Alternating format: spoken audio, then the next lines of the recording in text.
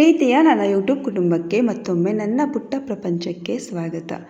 ಇವತ್ತು ನಾನು ಶುರುವಲ್ಲಿ ಮೊಳಕೆ ಕಾಳು ಮಾಡೋದು ಹೇಗೆ ಅನ್ನೋದನ್ನು ಹೇಳ್ತಾ ಇದ್ದೀನಿ. ನೋಡಿ, ಎಲ್ಲ ರೀತಿ ಕಾಳುಗಳನ್ನ ನಾನು ಹಾಕ್ಕೊಂಡಿದ್ದೀನಿ. ಕಡಲೆಕಾಳು ಇರಲಿಲ್ಲ, ಕಡಲೆಕಾಳು ಇದ್ದಿದ್ರೆ ಕಡಲೆಕಾಳು ಕೂಡ ಹಾಕ್ತಿದ್ದೆ.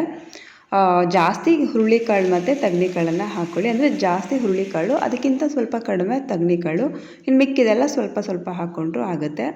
ಪಾತ್ರೆ ಎಲ್ಲ ತೊಳೆದಿಟ್ಟಿದ್ದೀನಿ, ಹಾಗೂ ಇನ್ನು ಸ್ವಲ್ಪ ಪಾತ್ರೆ ಇದೆ. ಇದು ಬೆಳಿಗ್ಗೆಗೆ ನಾನು ವಿಡಿಯೋ ಮಾಡ್ಕೊತಾ ಇರೋದು. ಒಂದು ನೈಟ್ ಪೂರ್ತಿ ನೆನೆ ಹಾಕಬೇಕಾಗತ್ತೆ. ಯಾವಾಗಲೂ ನೀವು ನೈಟಲ್ಲೇ ಕಾಳುಗಳನ್ನ ನೆನೆ ಹಾಕಿ. ಯಾಕಂತ ಹೇಳಿದ್ರೆ ಇವತ್ತು ರಾತ್ರಿ ನೆನೆ ಹಾಕಿದ್ರೆ ನಾಳೆ ಬೆಳಿಗ್ಗೆಗೆ ಸೋರು ಹಾಕೋಬಹುದು. ಅದು ನಾಳಿದ್ದು ಬೆಳಗ್ಗೆ ಅಷ್ಟರಲ್ಲಿ ಮೊಳಕೆ ಬರುತ್ತೆ. ಇವಾಗ ಬೇಸಿಗೆ ಇರೋದ್ರಿಂದ ರಾತ್ರಿಗೆ ಮೊಳಕೆ ಬಂದ್ಬಿಡ್ತು. ಹೀಗೆ ಮಾಡೋದ್ರಿಂದ ಬೇಗನೆ ಮೊಳಕೆ ಬರುತ್ತೆ. ಬೆಳಿಗ್ಗೆ ನೆನೆ ಹಾಕ್ಬಿಟ್ಟು ರಾತ್ರಿ ಕಟ್ಟೋದ್ರಿಂದ ನಾಳೆ ರಾತ್ರಿಗೆ ಬರುತ್ತೆ. ಸೊ ಸಾಂಬಾರು ಮಾಡೋಕ್ಕೆ ಸ್ವಲ್ಪ ಕಷ್ಟ ಆಗುತ್ತೆ, ಅದರಿಂದ ಹೇಳ್ತಾ ಇದ್ದೀನಿ.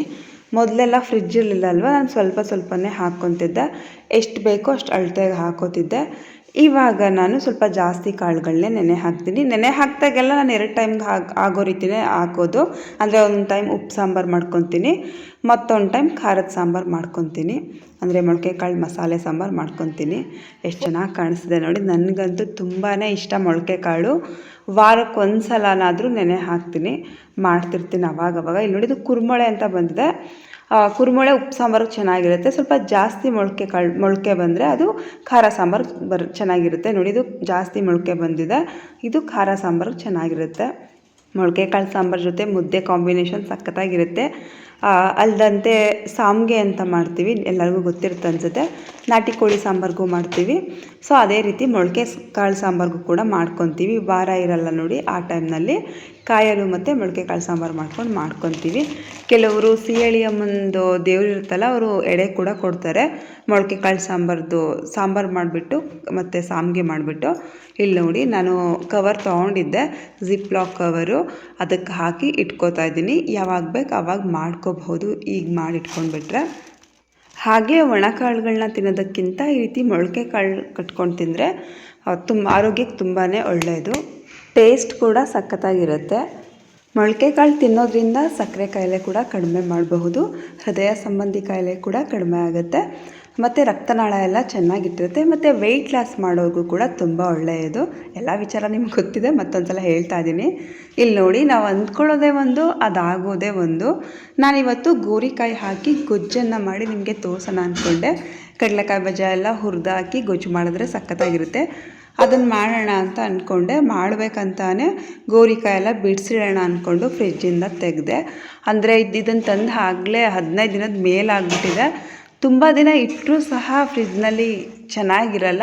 ಏನೇ ಇದ್ದರೂ 15 ದಿನದ ಒಳಗಡೆ ಏನೇ ಪದಾರ್ಥ ಇಟ್ಟು ಉಪಯೋಗಿಸ್ಕೊಳ್ಬೇಕು. ನಮಗೆ ಉಪಯೋಗ ಇದೆ ಅಂತ ಹೇಳಿ ನಾವು ದುರುಪಯೋಗ ಮಾಡ್ಕೊಳ್ಳೋದಕ್ಕಾಗಲ್ಲ. ಅದರಿಂದ ನಾನು ಗೋರಿಕಾಯಿನ ಗೊಜ್ಜು ಮಾಡೋಣ ಅಂದ್ಕೊಂಡು ಬಿಡಿಸ್ಕೊಂಡೆ ಬೆಳಗ್ಗೆ ಎದ್ದು. ಆದರೆ ನಾನು ಗೋರಿಕಾಯಿ ಎಲ್ಲ ಬಿಡಿಸೋಷ್ಟರಲ್ಲಿ ಟೈಮ್ ಆಗುತ್ತೆ ಅಂತ ಅಂದ್ಕೊಂಡು ಸಾರಿಗೆ ಟೊಮೊಟೊ ಚಟ್ನಿ ಮಾಡೋಣ ಅಂದ್ಕೊಂಡೆ. ಅಂದರೆ ಇವತ್ತು ತಿಂಡಿಗೆ ಚಪಾತಿ ಮಾಡ್ತಾಯಿದ್ದೀನಿ. ನಾನು ನೆನ್ನೆ ವಿಡಿಯೋದಲ್ಲಿ ಸಹ ಚಪಾತಿ ಮಾಡಿದ್ದೆ. ಅಂದರೆ ಹಾಗಲಕಾಯಿ ಸಾಂಬಾರು ಜೊತೆಗೆ ಚಪಾತಿಯನ್ನು ಮಾಡಿದ್ದೆ. ಆದರೆ ನಾನಿವತ್ತು ಅದು ಮಾಡಿ ಆಗಲೇ 3-4 ದಿನ ಆಗಿತ್ತು. 3-4 ದಿನದ ನಂತರ ಈ ವಿಡಿಯೋವನ್ನು ನಾನು ಮಾಡ್ತಾ ಇರೋದು. ಅದರಿಂದ ಇವತ್ತು ಸಹ ನಾನು ಚಪಾತಿಯನ್ನು ಮಾಡ್ತಾಯಿದ್ದೀನಿ. ನಾನು ನಿಮಗೆ ಮೊದಲೇ ಹೇಳಿದೆ ಅಲ್ವಾ, ನಮ್ಮಂಥ ಮಿಡಲ್ ಕ್ಲಾಸ್ ಫ್ಯಾಮಿಲಿ ಜನ ಹೇಗೆ ಅಂದರೆ ಒಂದು 5-6 ಥರ ತಿಂಡಿ ರೆಡಿ ಮಾಡಿ ಇಟ್ಕೊಂಡು ಬಿಡ್ತೀವಿ. ಒಂದಿನ ಅದು, ಒಂದಿನ ಇದು, ಹಾಗೆ ಮಾಡ್ತಿರ್ತೀವಿ. ಹೊಸದೆಲ್ಲ ಟ್ರೈ ಮಾಡೋದಕ್ಕೆ ಹೋಗಲ್ಲ ಅನ್ನೋದಕ್ಕಿಂತ ಹೆಚ್ಚಾಗಿ ನನಗಂತೂ ಕೆಲವು ವಸ್ತುಗಳ ಪರಿಚಯನೇ ಇರಲಿಲ್ಲ.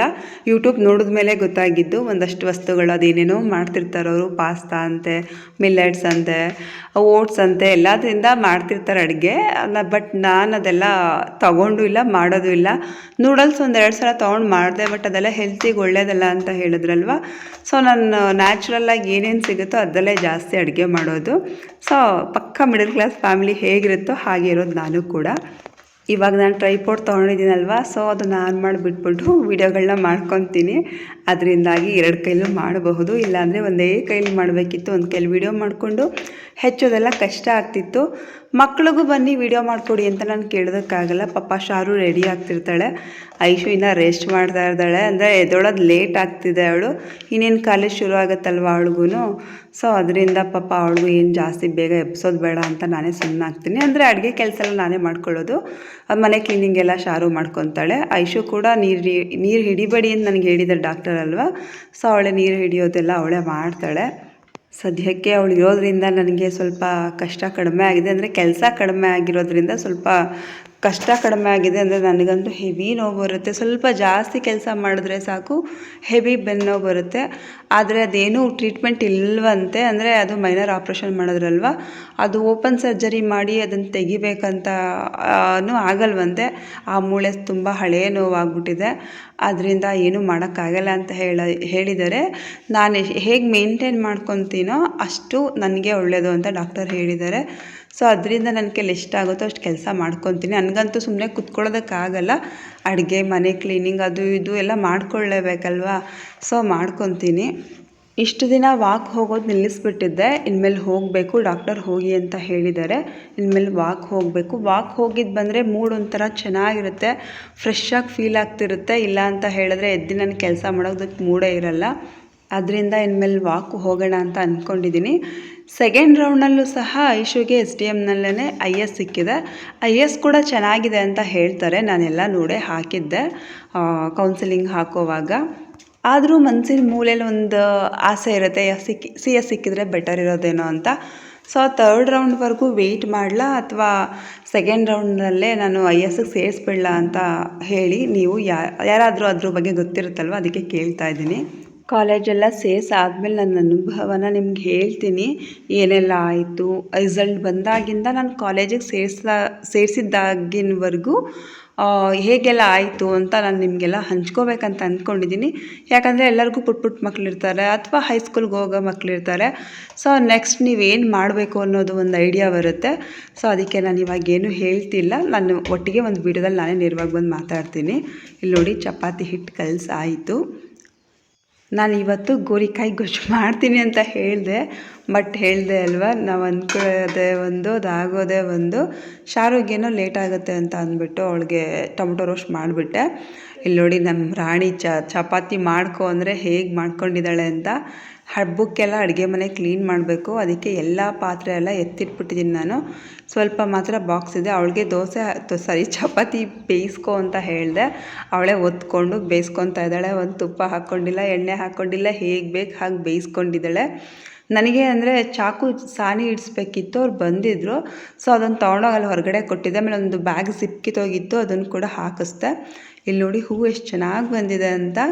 ಅದ್ರ ಮುಂದೆಗಡೆ ತೊಟ್ಟಲ್ಲ, ಅದು ಏನಂತಾರೆ, ಸಲಾಕೆ ಅಂತಾರೆ ಏನೋ, ಇದು ಮುಂದೆಗಡೆ ಹೂವಿದೆ ನೋಡಿ ದಾಸವಾಳದಲ್ಲಿ, ತುಂಬ ಚೆನ್ನಾಗಿ ಬಂದಿದೆ. ನಾನಿವಾಗ ಮೊಳಕೆ ಕಾಳು ಸಾಂಬಾರನ್ನ ಮಾಡ್ತಾಯಿದ್ದೀನಿ. ಚೇಂಜ್ ಆಗೋಯ್ತು, ಗೊಜ್ಜು ಹೋಗಿ ಸಾಂಬಾರು ಆಗೋಯ್ತು. ಯಾಕಂತ ಹೇಳಿದ್ರೆ ಅವಳಿಗೆ ಟೊಮೊಟೊ ರೋಸ್ಟ್ ಮಾಡಿದ್ದೀನಿ. ಈಗ ನಾನು ಮತ್ತೆ ಗೊಜ್ಜು ಮಾಡಿಕೊಂಡು ಮತ್ತೆ ನಾನು ಮಧ್ಯಾಹ್ನಕ್ಕೆ ಸಾಂಬಾರು ಮಾಡಬೇಕಾಗುತ್ತೆ. ಅದ್ರ ಬದಲು ಒಟ್ಟಿಗೆ ಸಾಂಬಾರೇ ಮಾಡಿಬಿಟ್ರೆ ಅದೆಲ್ಲ ಚಪಾತಿ ತಿನ್ಕೊತಾರೆ ಅಂದ್ಕೊಂಡೆ.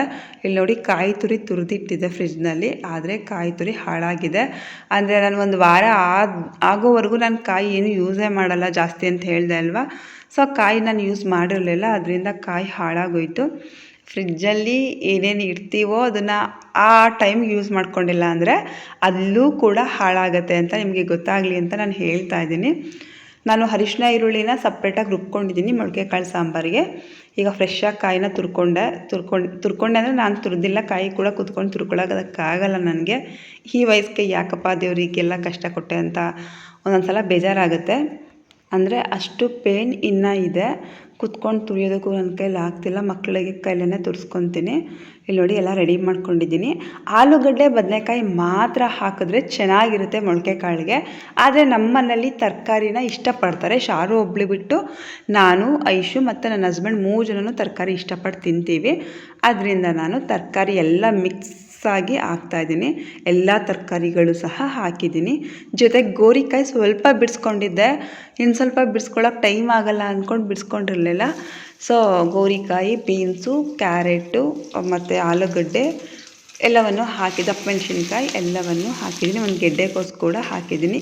ನಮ್ಗೆ ಇಷ್ಟ ಆಗುತ್ತೆ, ಕೆಲವ್ರಿಗೆ ಇಷ್ಟ ಆಗಲ್ಲ ಎಲ್ಲ ತರಕಾರಿ ಹಾಕೊಳ್ಳೋದಕ್ಕೆ. ಬರೀ ಬದನೆಕಾಯಿ ಮತ್ತು ಆಲೂಗಡ್ಡೆ ಹಾಕೊಳ್ಳೋಕೆ ಇಷ್ಟಪಡ್ತಾರೆ. ಸೊ ನನಗಿಷ್ಟ ಆಗುತ್ತೆ ನಮಗೆ ಅಂತ ಅಂದ್ಕೊಂಡು ನಾನು ಎಲ್ಲ ರೀತಿ ತರಕಾರಿ ಹಾಕ್ತಾಯಿದ್ದೀನಿ. ಸಮ್ಟೈಮ್ಸ್ ಟೈಮ್ ಇಲ್ಲದೆ ಇದ್ದಾಗ ಎಲ್ಲ ಮಸಾಲೆನ ಒಟ್ಟಿಗೆ ರುಬ್ಕೊತೀನಿ. ಈ ರೀತಿ ಮಾಡಿದ್ರೆ ಚೆನ್ನಾಗಿರುತ್ತೆ. ಮೊಳಕೆ ಕಾಳು ಸಾಂಬಾರು ಅರಿಶಿನ ಈರುಳ್ಳಿ ಸಪ್ರೇಟಾಗಿ ಹಾಕಿ ಮತ್ತು ಮಸಾಲೆ ಅಂದರೆ ಖಾರ ಸಪ್ರೇಟಾಗಿ ಹಾಕಿದ್ರೆ ಚೆನ್ನಾಗಿರುತ್ತೆ ಅಂತ ಹೇಳ್ತಾರೆ. ಸೊ ಅದರಿಂದ ನಾನು ಸಪ್ರೇಟಾಗಿ ರುಬ್ಕೊಂಡಿದ್ದೀನಿ. ಈರುಳ್ಳಿ ಜಾಸ್ತಿ ಹಾಕೊಳ್ಳೋದು ಬೇಡ. ಅರಿಶಿನ ಈರುಳ್ಳಿ ಹಾಕ್ತಿದ್ದೀವಿ ಅಂದ್ಕೊಂಡು ಈರುಳ್ಳಿ ಜಾಸ್ತಿ ಹಾಕ್ಬಿಟ್ರೆ ಸಿಹಿ ಬಂದುಬಿಡುತ್ತೆ ಸಾಂಬಾರು. ಸಿಹಿ ಅಂದರೆ ಸಿಹಿ ಬಂದುಬಿಡುತ್ತೆ.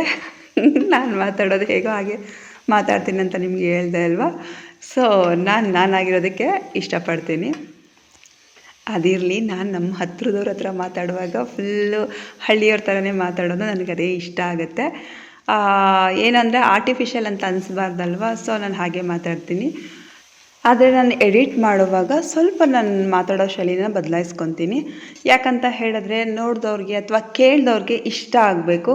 ನಾವು ಹೇಗೆ ಬೇಕು ಹಾಗೆ ಮಾತಾಡಿದ್ರೆ ಅಷ್ಟು ಚೆನ್ನಾಗಿರಲ್ಲ. ಒಂದು ಶಿಸ್ತು ಶ್ರದ್ಧೆ ಅನ್ನೋದು ಇರಬೇಕು ಅಂತ ನನಗನ್ಸುತ್ತೆ. ಆದ್ದರಿಂದ ಸ್ವಲ್ಪ ಚೇಂಜ್ ಮಾಡ್ಕೊತೀನಿ ಅಷ್ಟೇ.